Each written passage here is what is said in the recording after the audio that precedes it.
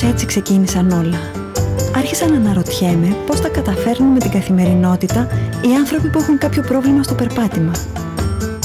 Πήγα και βρήκα το φίλο μου τον Ανδρέα και τον ρώτησα τι κάνει. Ούτε εγώ μπορώ να θυμηθώ τι πρώτο κάνω. Καταρχήν είμαι φοιτητής ψυχολογίας και είμαι τώρα στο 4ο έτος και πηγαίνω και παρακολουθώ κάποια μαθήματα. Πηγαίνω γυμναστήριο αρκετές φορές την εβδομάδα. Ασχολούμαι με το θέατρο, με το χορό. Κυρίως αυτά. Τώρα μπορεί να ξέχασα και τίποτα. Και με τα σκαλιά τι κάνεις?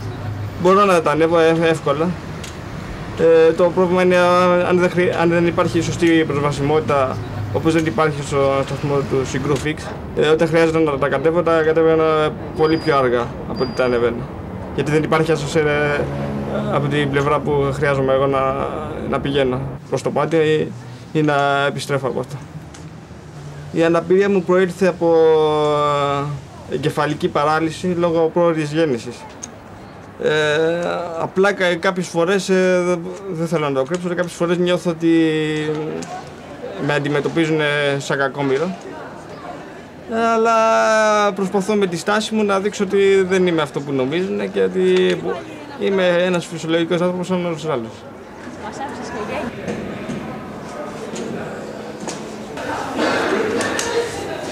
Μέχρι την περίοδο της εφηβείας μου ένιωθα πολύ υπερπροστατευτικούς τους γονείς μου και από ένα σημείο και μετά κατάλαβα ότι πρέπει να αποδεσμευτώ από τους γονείς μου και από τον τρόπο που σκέφτονται για μένα. Με τη βοήθεια βέβαια της συγκυρίας ότι μπήκα στο πανεπιστήμιο σαν άτομο με ειδικές ανάγκες, μπόρεσα να εξαρτητοποιηθώ αρκετά από τους γονείς μου και μπόρεσα να αναπτύξω δραστηριότητες που και εγώ δεν τις είχα καν σκεφτεί. Πού το μικρό μας? Να ζήσεις, Ανδρέα. Μου είχες πει ότι είσαι δίδυμος, δεν είσαι δίδυμος? Ναι, έχω και ένα δίδυμο αδελφό. Ο οποίος ευτυχώς δεν έχει κάποιο αναπηρικό πρόβλημα. Δεν τον επηρέασε η πρόωρη γέννη. Και έχουμε πολύ καλές σχέσεις μεταξύ μας. Εργαστήρι χορού της Very Special Arts Ελλάς. Στο χορό συμμετέχουμε και αρτιμελή άτομα και άτομα με ειδικές ανάγκες και ποτέ μου δεν υπολόγιζα ότι θα κατάφερα να κάνω κάτι τέτοιο.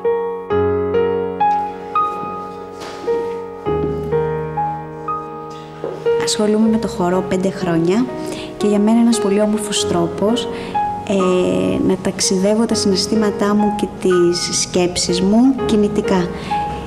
Και μ' αρέσει πολύ ο τρόπος που μπορώ να χρησιμοποιώ την αναπηρία μου μέσα από τον μοντέρνο χορό. Κάνω 3 χρόνια πρωταθλητισμό. Ετοιμάζομαι να λάβω μέρος στην Παραολυμπιάδα που θα γίνει το Σεπτέμβριο του 2004, αμέσως μετά την Ολυμπιάδα, στο αγώνισμα της Άρσης Βαρών. Να σου εξηγήσω τι πρόβλημα έχω εγώ. Εγώ δεν μπορώ να πω τη λέξη ανάπηρος εύκολα. Ντρέπομαι. Εσύ πώς αισθάνεσαι, εσύ τι λες για τον εαυτό σου? Ναι, και όταν την ακούω άλλους να τη λένε, δεν έχω πρόβλημα. Δηλαδή, γιατί πολλές φορές εκεί και στον δρόμο να λένε «Α, κοίτα ένα ανάπηρο». Περπατάει και χαίρεται το ανάπηρο, κάτι τέτοιο και εντάξει, εγώ γελάω. Δηλαδή, για κάποιον που έχει παραδεχτεί το πρόβλημά του, στο άκουσμα της λέξης, αντιδράει σαν να ακούει μια καθημερινή λέξη.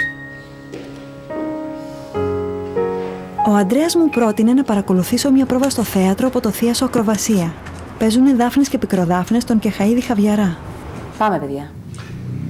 Λοιπόν, για να μην κουράζεσαι. Μην χτυπάς πολύ τα χέρια στο τραπέζι. Πώς? Μην χτυπάς πάρα πολύ δυνατά τα χέρια στο τραπέζι. Έτσι. Ωραία. Όχι να χτυπάω. Λοιπόν, έλα. Πώς? Έλα, λέω. Λοιπόν, σας πληροφορώ για να μην κουράζεστε ότι φάγανε μαζί προχτές καλαμαράκια και του υποσχέθηκε Υπουργείο. Και το επαναλαμβάνω για όποιον δεν κατάλαβε. Φάγανε μαζί προχτές καλαμαράκια και του υποσχέθηκε Υπουργείο. Θέλετε τίποτα άλλο? Και τώρα προς δρόμο. Δεν πάμε πάλι.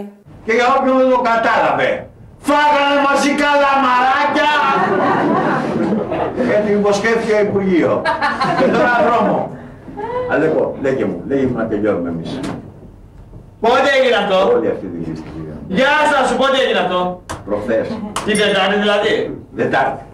Κώστα, δεν μου το ψε αυτό το πράγμα. Ποιο? Για τα καλαμαράκια.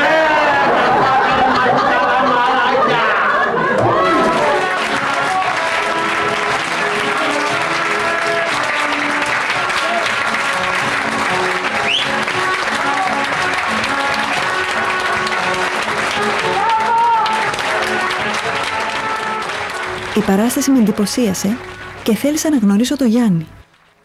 Μου πρότεινε να με πάει σπίτι μου με το αυτοκίνητό του. Οδηγεί. Θα ένιωθα πιο ασφαλής αν το καρότσι του είχε κόρνα και φώτα.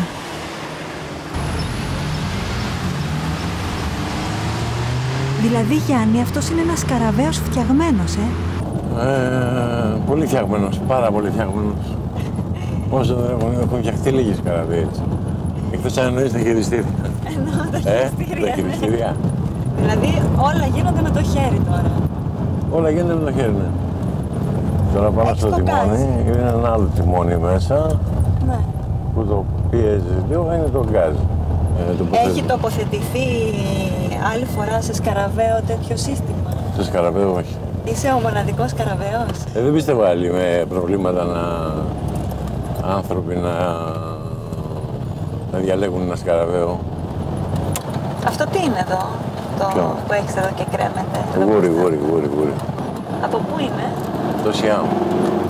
Έτσι μου είπα, δεν ξέρω, μπορεί να είναι για ψαλαμίνα. Του ζήτησα να συναντηθούμε την επομένη, σε ένα καφέ στο κέντρο της Αθήνας. Γεια σου, Γιάννη. Τώρα, τι έγινε? Βρήκες να παρκάρεις? Όχι. Όχι. Έλα μωρέ, δεν βρήκα να παρκάρω, πώς ερχόμουν. Τι είναι αυτά που λέει. Να, έλα κάτσε. Γενικά με το παρκάρισμα τι κάνεις? Ό,τι κάνετε όλοι ανέτα μου, παρκάρουμε. Ναι, αλλά εσύ πρέπει να πας λίγο πιο κοντά, έτσι δεν είναι?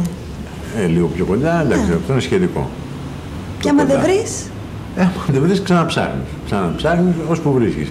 Μπορεί ακόμα και να μην βρεις. Οπότε φεύγεις και πας σπίτι σου. Εντάξει. Αν βρεις να παρκάρεις και στο σπίτι σου. Ναι, υπάρχει ένα ειδικό, έτσι, μια πινακίδα που λέει ότι εδώ είναι αναπηρική η θέση κτλ. Αλλά συνήθως δεν. Τι είναι? Συνήθως δεν τη βρίσκεις κενή, γιατί κάποιος για 5 λεπτά έχει πάει για 5 λεπτά. Με ξέρει για 5 λεπτά, εσύ σίγουρα δεν παρκάρεις, γιατί είναι το άλλο με τα 5 λεπτά. Δεν ξέρεις όμως ότι είναι για 5 λεπτά να περιμένεις 5 λεπτά. Παρκάρεις, ξέρω εγώ, 2-3 στενά παρακάτω και κάνεις λίγα λεπτά παραπάνω για να πας σπίτι σου. Εάν βρεις πάλι πεζοδρόμιο ανοιχτό για να περάσεις κτλ. Εντάξει, αυτά συμβαίνουν. Και εγώ το έχω κάνει, ξέρεις, καμιά φορά. Τώρα δεν θα το ξανακάνω, να έχω παρκάρει σε θέση. Ναι, όλοι το κάνουν. Είναι ωραίο να το κάνεις. Για 5 λεπτά το έχω κάνει κι εγώ, αλλά δεν θα το ξανακάνω.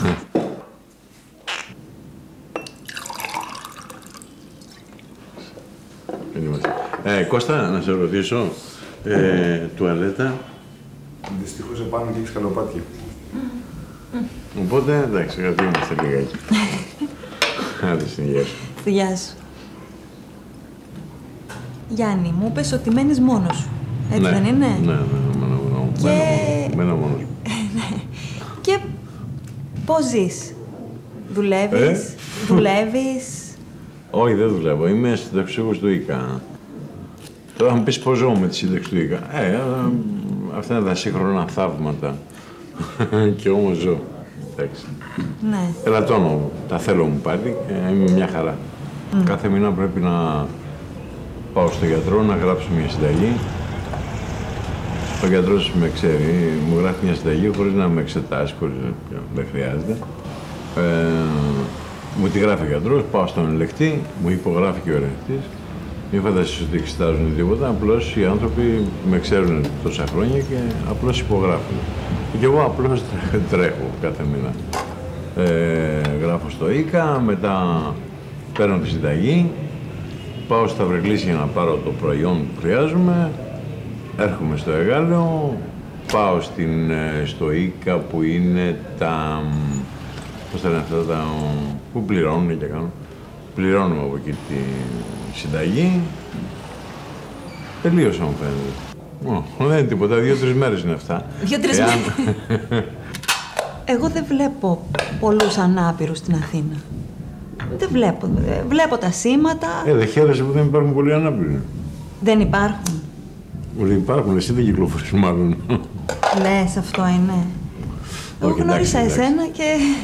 Υπάρχουν αρκετοί, βγαίνουν συνέχεια. Αυτό το είδος βγαίνει συνέχεια και δεν σταματάει, αλλά δεν το αποφασίζουν μωρέ να πούνε και να ταλαιπωρηθούν.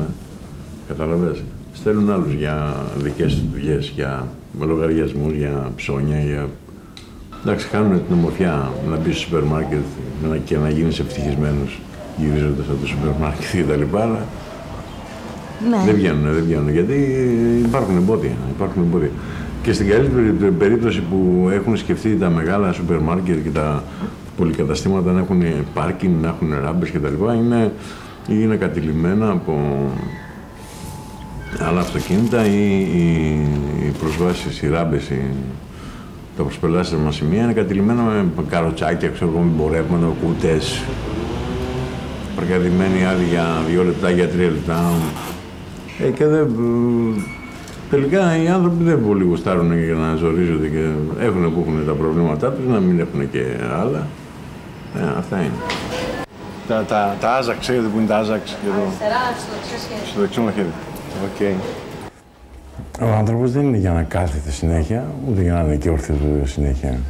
Είναι για να κάθεται και να είναι και όρθιος. Αυτό το μηχανάκι όμως, το τέλειο μηχάνημα που το έφτιαξε ο μεγάλος για να κάθεται, για να σηκώνεται, για να τρέχει, για να πηγαίνει σιγά, ξαφνικά κάθεται συνέχεια. Και αν σκεφτείς ότι αυτό το μηχανάκι που λειτουργεί με αρκετά χρόνια και είναι και το πιο τέλειο μηχανήμα στον κόσμο, δηλαδή, που ο άνθρωπος κλειδώσεις, αρθρώσεις, όραση, ακοή, όλα αυτά. Αυτό το μηχάνημα δεν έχει οδηγίες χρήσεως. Δηλαδή, αν συμβεί κάτι ομιγένετο, μακριά από εμάς, σηκώνεις τα χέρια ψηλά, λες, τι έγινε. Γιάννη, θέλω να σου δώσω μία κάμερα να κάνεις το δικό σου ντοκιμαντέρ. Εγώ. Ναι, εσύ. Να πάρεις το σπίτι σου, να πάρεις τον εαυτό σου, να πάρεις τους φίλους σου. Είναι δύσκολο, εσύ, Ανέτα. Κάνε μια προσπάθεια να δούμε τι θα γίνει, ξέρω εγώ. Εγώ το ίδια πράγματα. Πώς σου φαίνεται η ιδέα? Πολύ ωραία, εγώ τα κάνω όλα. Τα κάνω όλα, ναι. Μετά από μερικές μέρες βρέθηκα στο σπίτι του Γιάννη και γνώρισα τους φίλους του. Και αυτές οι κούκλες έβαλες χρώμα τώρα, πολύ ωραία είναι. Αυτό βάλε. Αυτό, ναι. Τα που δεν ήταν χέρια, παιδιά, ήταν πόδια. Το χεράκι σου πάλι βάλε. Έτσι. Ότι δεν είναι τυχαία προσπέλαστη μια πόλη. Έχεις απόλυτο δίκιο. Δεν είναι καθόλου τυχαίο ότι είναι απροσπέλαστη. Και είναι απροσπέλαστη μια πόλη η Φερενίκη, γιατί ουσιαστικά ελάχιστοι ενδιαφέρονται να είναι προσπελάσιμοι. Δηλαδή κρυβόμαστε. Δεν ενδιαφέρονται. Παιδιά, σήμερα αυτό που είδατε ήταν φοβερό. Κατεβαίνω τη Μεσογείο από την Κατεχάκη και μετά, η οποία είναι επιστημονικό παράδοξο. Είναι αιωνίως. Η άκρη του αμαξιού έχει ακουμπήσει πάνω στον τοίχο του σπιτιού. Δεν πάει παραπέρα, δεν μπορεί να πάει, δεν υπάρχει παραπέρα. Και ο κόλλος του αμαξιού, το πισινό μέρος του αμαξιού είναι έξω στον δρόμο. Δηλαδή δεν περνάει μερμήγκια από αυτό το πεζοδρόμιο, παιδιά. Και βλέπεις τις μανάδες και κατεβαίνουν, και κατεβαίνει με τη μάνα του το παιδί, κατεβαίνει στην άσφαλτο και ξανανεβαίνει. Οπότε μένει στην κουλτούρα αυτού του παιδιού. Ότι είναι απόλυτα φυσιολογικό όταν συναντάει ένα εμπόδιο στο πεζοδρόμιο να κατέβει κάτω στην άσφαλτο, στη Μεσογείο και να ξανανεύει. Λοιπόν, και να το αναλύσουμε τώρα. Αυτό το πρόβλημα που δεν μπορεί ο φουκαράς και ο ανάπηρος, έτσι, να περάσει από εκεί πέρα, δεν περνάει και αυτός ο περπατητός, δεν περνάει και το καρτσάκι ο άλλος. Δεν περνάει κανένας. Το χειρότερο ποιο είναι? Ότι πάει το κανάλι, μιλάμε ονόματα πάλι, και του λέει του Σακάτη, «Πρέπει να δείξουμε τη δυσκολία μεγάλη». «Πρέπει να έρθω, δεν χωρώ, παίρνω». «Φεύγω, τι είναι αυτά ρε που σου λέει κλάψε». «Δεν είναι κοινωνία, Σακάτη». Δηλαδή και του βαρύνει την κατάσταση. Στις 2 Δεκεμβρίου, για τις 3 Δεκεμβρίου. Εντάξει, πάμε να δεις την κεντρική οδηγία, εντάξει. Γιατί είναι τις 3 Δεκεμβρίου, είναι μέρα ή τέτοια. Τι είναι η μέρα? Γιορτάζουμε την εορτή. Γιατί είναι κάτι που δεν το ξέρω. Τι ξέρεις την κλίση? Όχι. Όποιος παρκάρει παράνομα εδώ πέρα, τον γράφουμε, παίρνουμε το 100. Α, ναι. Ποιον έγραψε, ρε? Ποιον έγραψες? Το Γιώργο, αλλά... Δεν το πιστεύω. Βάζω το αυτοκίνητο, μην παρκάρει κανένας άλλος. Δεν τολμούσε να μην την πληρώσει, βέβαια, έτσι, δεν το συζητάμε. Κατεβαίνω το πρωί, κοιτάω κλείσει μπάλο, δεν είναι κλείσει.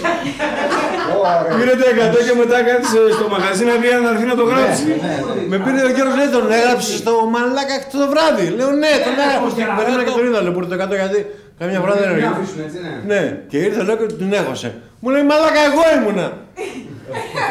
Έτσι, έτσι. Μια εβδομάδα έτσι. Τίποτα. Είδατε, Σε μια γωνία και δεν σ' άμιλες. Μπράβο, μας αγαπάει ο Θεός. Είναι η καλύτερη γωνία αυτή. κοντά σε μια καλή γωνία. Ο Γιάννης είχε ένα βιντεοκλαμπ στη γειτονιά, από τα καλύτερα βιντεοκλαμπ στο Εγάλεο. Όπου εκεί γινόταν, δεν ήταν ουσιαστικά βιντεοκλαμπ, ήταν μπαρ και σημείο συνάντησης. Όπου ξαφνικά όταν πήγα σε αυτό το βιντεοκλαμπ τότε στην Έξαρση που είχαν βιντεοκασέτες και όλα αυτά τα πράγματα πριν αρκετά πολλά χρόνια πίσω, ξαφνικά βλέπω έναν άνθρωπο ο οποίος ήταν πολύ πιο χοντρός από ό,τι είναι τώρα, μέσα στα γένια και στα μαλλιά, ξέρω εγώ, κάτι σαν μεγάλο λούτρινο. Καθισμένος εκεί, ξέρω εγώ, να πούμε, πίσω από την καρέκλα που εξυπηρετούσε εκεί πέρα. Και όλοι να τον, καταρχήν, εισπράττω μια φροντίδα από όλους, ξέρω εγώ. Γιάννη μου εκείνο, Γιάννη μου το άλλο μου, Γιάννη μου το παράλληλο μου, ξέρω εγώ. Οπότε στο λίγο διάστημα με το που κάθομαι μέσα στο μαγαζί, όταν στο ελάχιστο χρονικό διάστημα το με βλέπει με την καρέκλα και μπαίνω μέσα και τα λοιπά, αρχίζει και ψιλοκλαίει και λέει: έχω κι εγώ μια τέτοια, αλλά δεν μου λειτουργεί, ξέρω εγώ, και τα λοιπά. Να μου είπα. Του λέω: γιατί δεν σου λειτουργεί, ρε? Κατευθείαν έτσι στον ελληνικό και όλα αυτά τα πράγματα. Και έφερε να τη δω, οπότε διαπιστώνω ότι απλούστατα η καρέκλα του είχε ξεφουσκωμένες τις ρόδες. Οπότε φυσκώνουμε τις ρόδες, τρομπάρουμε, ξέρω εγώ, από εκεί πέρα. Οπότε μετά άρχισε και έκανε μια τεράστια χαρά και έκανε σαν μικρό παιδί γιατί είχε ξανά καρέκλα, γιατί μπορούσε να πηγαίνει έξω, να κάνει νεράνι κτλ. Ο Γιάννης ευτυχώς για μένα ήταν ο πρώτος ανάπηρος που γνώρισα από κοντά. Και μπορώ να πω ότι ήταν το καλύτερο παράδειγμα τελικά στην πορεία ανθρώπων που έχω γνωρίσει. Ανθρώπων και ανάπηρων και μη. Είναι εξαιρετικός. Απλούστατα με αυτόν τον άνθρωπο ξεπερνάς την αναπηρία, δεν μένεις εκεί και βλέπεις ότι η ζωή συνεχίζεται. Βλέπεις ότι όλα γίνονται αρκεί να το θέλεις. Με είχε καλέσει σε μια έκθεση αγιογραφίας που είχε κάνει. Πήγαμε πάρα πολύ αγωνία γιατί θα ήταν ο πρώτος άνθρωπος με αναπηρία που γνώριζα. Ήμουν ακόμα σοκαρισμένη από τη δική μου τη διάγνωση και αισθανόμουν περίεργα για όλο αυτό. Και πήγα σε ένα κέντρο αποκατάστασης στο ελληνικό που γινόταν η έκθεση αγιογραφίας, με πάρα πολύ άγχος όμως, όπου μπήκα μέσα και λέω ήρθα για το Γιάννη, μου λέγανε μισό λεπτό, έχει πάει να φέρει φαγητό να φάμε. Ήταν η πρώτη μου απορία αυτή. Περίμενα εκεί και κάποια στιγμή ανοίγει η πόρτα και βλέπω το Γιάννη στο καρότσι όπως είναι, με ένα χαμόγελο τεράστιο, στην αγκαλιά του ένας δίσκος με χιλιάδες αναψυκτικά και φαγητά και σάντουιτς και τέτοια και ένα χαμόγελο, τίποτα άλλο. Όπου ενώ είχα πάει για ένα μισάωρο έτσι τυπικά δηλαδή, αισθανόμουν μια υποχρέωση να πάω να δω μια έκθεση αγιογραφίας, έκατσα 2-3 ώρες εκεί όπου μιλήσαμε, καπνίσαμε, γελάσαμε. Και αυτό που είπα γυρίζοντας ήταν ότι μέσα σε ένα απόγευμα μου φύγε όλο το άγχος για τη διάγνωσή μου και για την αρρώστια μου γνωρίζοντας το Γιάννη. Και είπα ότι και να βαρύνω πια δεν με πειράζει. Δηλαδή αισθάνθηκα ότι είναι πολύ πιο εύκολο αυτό που μου συνέβη. Όντως, απλά μου έχει μείνει αυτό που λέει όταν εμείς που καθόμαστε στο καρότσι πρέπει να κάνουμε κάτι πιο δύσκολο, που λέει άσκηση θάρρους νούμερο 15, νούμερο 25, νούμερο 55. Δεν ξέρω σε ποιο νούμερο έχουμε φτάσει, πάντως έχει προχωρήσει. Ποιο το βιογραφικό σου? Είναι λίγο ενισχυμένο γιατί είναι... Έλα Γιάννη μου να το διαβάσω. Ανάγνωση και βιογραφικό. Είναι Υπουργείο Πολιτισμού. Ναι, το Υπουργείο Πολιτισμού είναι λίγο ενισχυμένο. Γιάννη μου, είσαι από αυτούς του Αμερικάνικου Κολαγίου Αθηνών. Απόφυτος ενότητας της Σχολής Καλοτεχνών της Αθήνας. Τι λες ρε Γιάννη? Πότε πρόλαβες ρε Γιάννη? Σας είπα είναι λίγο τσιμπημένο. Εργάστηκα πριν ο γιος γεωγράφος με την επιφύτηση του Αγίου Σάββατος. Πολύ ωραίο. Αυτές τις μέρες ασχολούμαι με τα γυρίσματα του ντοκιματέρ, θα βγάλω φτερά, σε συνεργασία με την εταιρεία Indifix. Θέμα η αξιοθαύμα στη ζωή μου, ακύρωση χαρακτήρα, η άμεμπτη συμπεριφορά μου, η μετριοφροσύνη μου και η κινητική αναπηρία γενικότερα.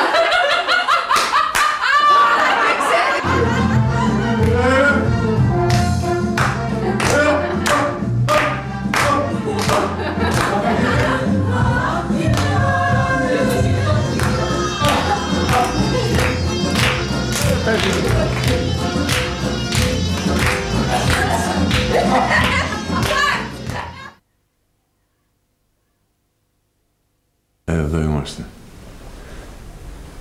Α, γεια σας. Με λένε Γιάννη. Με λένε Γιάννη. Υποφέρω, δεν θυμάμαι από τι υποφέρω, μάλλον σκληρής καταπλάκας. Σκληρής καταπλάκας από 26 χρονών. Βιώνω συνθήκες αναπηρίας πάρα πολλά χρόνια, γύρω στα 24 χρόνια περίπου, και νομίζω ότι δικαιούμαι να πω μερικά πράγματα για αυτή. Ήθελα μάλλον πολύ καιρό να πω μερικά πράγματα για αυτή, δεν έτυχε. Ήμουν παντρεμένος από 26 χρονών μαζί με τη σκλήρυνση. Ναι, παντρεύτηκα κιόλας. Δεν ξέρω αν επηρέασε η σκλήρυνση το γάμο μου ή ο γάμος μου τη σκλήρυνση. Δεν ξέρω. Χώρισα πριν 7 χρόνια, 8 περίπου, και έχω 2 παιδιά. Τον Ανδρέα και την κόρη μου, τη μεγαλύτερη, είναι η Μαγδαληνή. Είναι γύρω στα 20 τόσα, δεν λέω ηλικία, γιατί είναι και η κόρη μου μέσα, γυναίκα.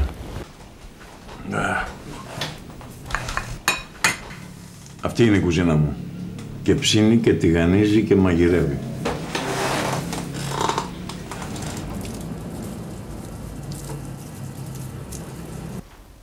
Ήρθα. Πιο πίσω. Πιο πίσω ακόμα. Στο ηχείο δίπλα. Μάλιστα. Καλώς. Εκεί δεξιά σου να έχεις. Πολύ με στρίμωξε, ρε Γιάννη. Σε στρίμωξα τώρα, λίμωνο. Για τις ανάγκες του ντοκιματέρ μας. Μάλιστα. Θες να μου μιλήσεις για την αναπηρία? Η αναπηρία δεν είναι ό,τι καλύτερο. Είναι από τα χειρότερα πράγματα που μπορεί να συμβεί σε άνθρωπο, γιατί χάνεις την ελευθερία σου σε πολλά πράγματα. Έχεις χάσει την ελευθερία σου, Έλενα? Όχι. Δεν την έχω χάσει. Χάρη σε σένα. Χάρη σε σένα. Όχι, δεν θα λες χάρη σε μένα. Δεν είμαι εγώ που σε τραβάω. Εγώ είμαι τώρα επαγγελματίας. Λοιπόν, έχεις εγκλωβιστεί με την αναπηρία? Έχεις χάσει πάρα πολλά? Όχι, ρε Γιάννη, δεν έχω χάσει. Δεν έχω χάσει, γιατί πράγματα τα οποία δεν είχα φανταστεί ότι υπάρχουν και γίνονται, τα κάνω τώρα με την αναπηρία. Τότε γιατί είπες ότι είναι το χειρότερο πράγμα η αναπηρία? Θεωρητικά. Θεωρητικά, και γενικά θέλει και πολύ ψάξιμο στο να μπορέσεις να καταφέρεις αυτά τα πράγματα. Δεν γίνονται από τη μια μέρα στην άλλη. Δηλαδή, όταν μένει κανείς ανάπηρος, τα βρίσκει όλα πολύ σκούρα. Δεν βλέπει τίποτα καλό. Και εγώ ήμουν ένας από αυτούς. Στην πορεία όμως είδα ότι γίνονται πολλά πράγματα. Σαν?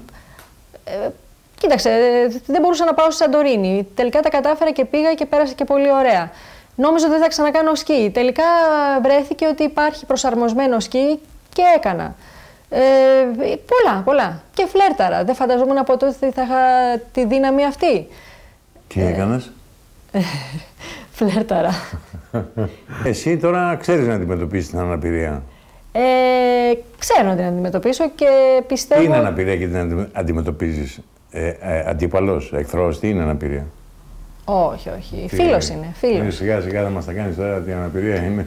Φίλος είναι. Καλύτερο. Και τον φροντίζω για να με φροντίζει, Γιάννη. Λοιπόν, για πες μας τώρα, τι θα κάνει κάποιος που αντιμετωπίζει το πρόβλημα και είναι στις αρχές ακόμα? Θα τον βοηθούσε πάρα πολύ το να γνωρίσει ανθρώπους που να έχουν το ίδιο πρόβλημα και οι οποίοι έχουν ξεπεράσει τις πρώτες φοβίες. Ναι, πιστεύω θα τον βοηθούσε πάρα πολύ αυτό. Τελικά όλα είναι στο μυαλό μας, Γιάννη, εγώ αυτό έχω δει. Ότι όλα είναι στο μυαλό μας. Μου επιτρέπεις να ανάψω τσιγάρο? Όχι πολλά όμως, γιατί δεν κάνει, θα πάθουμε τίποτα, Όχι για αυτό, γιατί μην μας κόψουν το ντοκιμαντέρ σε τίποτα κανάλια, ξέρεις. Θα ρωτήσω κι εγώ εσένα κάτι. Τι να με ρωτήσω? Γιατί να με τραβάς εσύ και να μην έρθω, να μην είμαστε μαζί? Μας παίρνουν τώρα. Ναι, αφού το έχω βάλει εκεί πέρα και... ναι. Τραβάει. Μάλιστα. Ανάβει το φωτάκι. Τι άλλο να πούμε? Θυμάσαι, έχουμε κάνει πολλά ταξίδια μαζί. Θυμάσαι στο Ισραήλ που είχαμε πάει σε ένα συνέδριο για την αποκατάσταση και είδαμε βίντεο, μέχρι και βίντεο που έδειχνε το σεξ ανθρώπων αναπήρων. Το σεξ? Ναι. Δηλαδή τι έδειχνε? Δεν θυμάσαι, Γιάννη. Ναι. Που έδειχνε ζευγάρια, που ένας από τους δύο ήταν ανάπηρος ή και οι δύο. Και το ζευγάρι και οι δύο ανάπηροι. Ναι. Με είχε εντυπωσιάσει. Εσύ δεν είχες εντυπωσιαστεί? Πάρα πολύ, πολύ δύσκολα. Πολύ δύσκολα αυτά τα κόλπα που κάνανε. Γίνονται. Εγώ δεν τα θυμάμαι δύσκολα, φυσιολογικά. Δηλαδή ήταν πάρα πολύ φυσιολογικά. Γιατί? Μπράβο, Έλληνα, δεν περίμενα να πούμε τέτοια πράγματα στις κάμερες. Δεν περίμενες, ναι.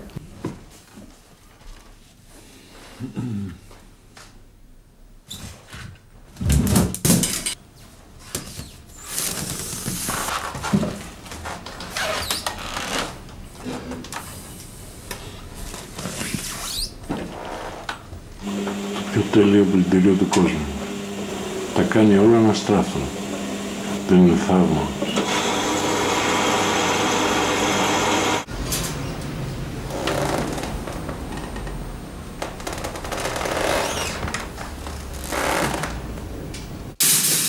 Εάν ακούσατε τη λέξη αναπηρία,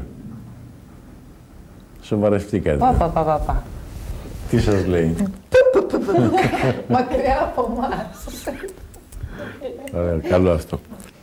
Ανάπηρος πιστεύω είναι αυτός που ίσως η Μέρη είναι πιο ειδική στο να πει την αναπηρία. Τι είναι αναπηρία? Εννοώ ετυμολογικά. Καλά, ετυμολογικά δεν ξέρω να σου πω, ρε Γιάννη, αλλά αναπηρία φαντάζομαι πέρα από το πρακτικό είναι κάτι που είναι μέσα στο κεφάλι μας. Δηλαδή είναι το πώς το αισθάνεται κανείς. Τώρα εσύ δεν νομίζω ότι αισθάνεσαι ανάπηρος σε καμιά περίπτωση. Αναπηρία είναι το τι δίνει στον άλλον να αισθανθεί, να καταλάβει ότι είναι. Ξέρω εγώ, πρώτη φορά συζητάμε κιόλας σε βάθος. Συνήθως συζητάμε διαφορετικά. Βιώνετε πολλά χρόνια, πολύ καιρό το πρόβλημα? Εγώ φαντάζομαι, αν θυμάμαι καλά, καμιά 15 χρόνια πρέπει να είναι. Εγώ είναι 25. Στα 25 χρόνια ποιος με ξέρει θα δει τεράστιες αλλαγές απάνω μου. Και δεν ξέρω και πού θα φτάσουν, πού θα οδηγηθώ. Έχω συνέχεια αλλαγές. Στην αρχή δηλαδή αν με έβλεπες θα με έβλεπες μια κανονική κοπέλα που δεν θα ήξερες τι είχα και αν είχα. Θα με παίρνεγες φυσιολογική. Σιγά σιγά θα έβλεπες λίγο, να χάνω λίγο τη δύναμή μου, το περπάτημά μου, μέχρι να φτάσω εδώ. Εγώ μια χαρά είμαι. Αν εξαιρέσει τη σκλήρινση δηλαδή, όλα τα άλλα είναι μια χαρά. Εντάξει. Αυτό χαλάει κάτι που δεν μπορεί να προχωρήσεις όπως περπάταγες ή με τη δυσκολία με τα χέρια που μου λες. Έχουν αλλάξει πράγματα. Πέρα από το ότι χρειάζεσαι βοήθεια για κάποια πράγματα, δεν παλουκώνεσαι κιόλας καθόλου.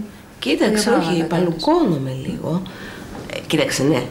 Τα ίδια πράγματα κάνω, αλλά όχι ακριβώς τα ίδια. Τώρα χρειάζομαι βοήθεια και χρειάζομαι και ένα προγραμματισμό για να ξέρω τι κάνω. Δηλαδή δεν θα βγω να πάω. Δηλαδή μ' αρέσει να πάω σε αυτό το θέατρο, δεν θα βγω έτσι να πάω. Θα κοιτάξω, μπορώ να πάω.